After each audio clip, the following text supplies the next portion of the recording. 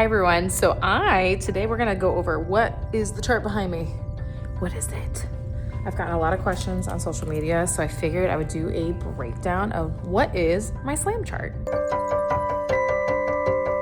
Ignore my insane board right now, but let's go over what a slam chart is first of all.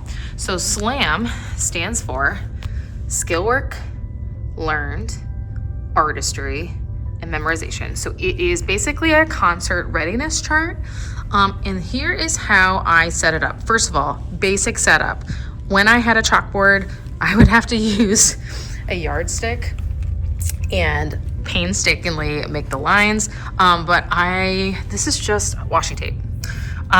Because it peels off really easily. If something rips, you can replace it. I was originally looking for electrical tape, like thin electrical tape. I think that would work really well.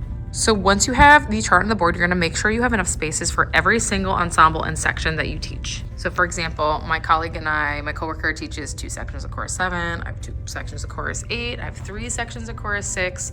Soundwave is like our half block, kind of like a select ensemble. And we have 1 for each grade level. If you notice, they don't have check marks yet because we haven't done a chart check. So let's talk about what chart checking is. So what is a chart check? So typically on my agenda slide, if they see that there is a chart check coming up on the day's agenda, what that means is they get to either choose what we're chart checking, or I have a specific piece we're gonna chart check. So for example, we're doing Cold Snap for 6th grade chorus. I know for a fact that we have to work on Cold Snap. So what I will tell them is if we can work on the specific components we need to work on Cold Snap, we can do a chart check. A chart check is when you run your piece all the way through no matter what. We also call them crash and burn runs if it's the first time we're doing a chart check, because we're going no matter what. When we finish doing the piece, we do a little drum roll, and then I go back to the chart and we see how much of the boxes we can get. Now, you do these boxes in order, but the Skillwork box gets a little trickier with chorus 6. So typically chorus 6, if you notice there's a line on chorus 6, I don't do Skillwork for the first half of the year because their solfege is very new, their solfege knowledge. However, chorus 8, they get a box when they do a Skillwork assignment for their piece. We did a reading assignment for Carol the Bells. They have an underneath the tree solfege. They have to label their solfege and their music. Once everyone turns it in, they get a box on Skillwork. So if you don't know what Skillwork is, the Skillwork has nothing to do with the chart check. Okay, LAM is the chart check, Skillwork is a separate part. All right, so back to the chart check. So when we are doing a chart check, L would be they can sing their music, they're just worrying about the notes and the rhythms, right? So they're singing through their music with their music in hand, worrying about the notes and rhythms, like the bass line of the music. We'll do a drum roll, and sometimes I'll give them like half. That class, this one's a full. This one is like a dash and a quarter of a line. You can do whatever you want. I like to just make them work for it. Once I get around 3/4 of a box, then they have the opportunity to add A. So A would be artistry. And artistry can mean a lot of things. You can also use this for band and orchestra. I want to just really stress this is not a choir specific thing. Dynamics, articulations, and diction are the main 3 that I work on. I like to call it the frosting on the cake, and the cake is the L box.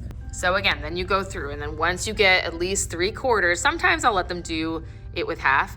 Then we go to M. M is a memorization run. The memorization run is not just the words, it's also their A box they need to remember as well. And that's how you do it. So you just go in order. Now, if you are somebody that gets observed on, do the students have a lot of choice in what they're doing? This is the perfect way to integrate this into your rehearsal plan, because you can, on your agenda slide, so after let's say, lately what I've been doing, today, it's the end of November, we're right before Thanksgiving break, our concerts are like a week or so after we get back. So what we're doing now is I'll usually put one piece up. This isn't even ignore this agenda. This is my general music agenda, but anyway. Usually I'll put one piece I definitely need to work on, and then after that I'll put chart check, and then the class votes on what song we're doing next, what box they want to go for on their chart check. So it does a couple things. They have to really think about what's the strategy here, where are the holes in our program right now, and what should we be working on, and it puts ownership on them. And I just think that's such an important skill to teach them as young musicians. That's why I love it. Also, a side effect of the chart is when I am doing the agenda slide, I look at my chart, I'm like, okay, well, which class is low on which song? And then depending on the chart is how my rehearsal plan goes. because some classes are at different levels and different songs based on, it could be absences. Like I missed a rotation because I hurt my back, and then that class is behind on a certain song. So I added that back in because I checked the chart.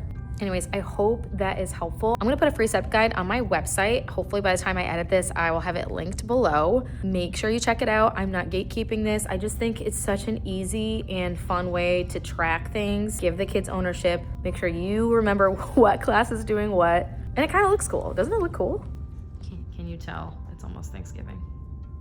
Turkey. So yep, this is the same chart. I bought this magnet because I thought I was gonna be able to do. Originally I had it kind of like that and I wrote it out, but now it just kind of looks cool. So I made a magnet, but you know. I hope that helps. Also shout out to our new above the board. I put this on I made the quote, but these solfege syllables are by Musically Minted. I have a link in bio for a discount code if you want them, but they are so easily, you can read them so easily, even from all the ways in the back of the room, and I am obsessed with them. In the middle of their concert craziness, I hope everyone is staying sane, and are you alive? I'm gonna try to post a little bit more this school year, so like and subscribe.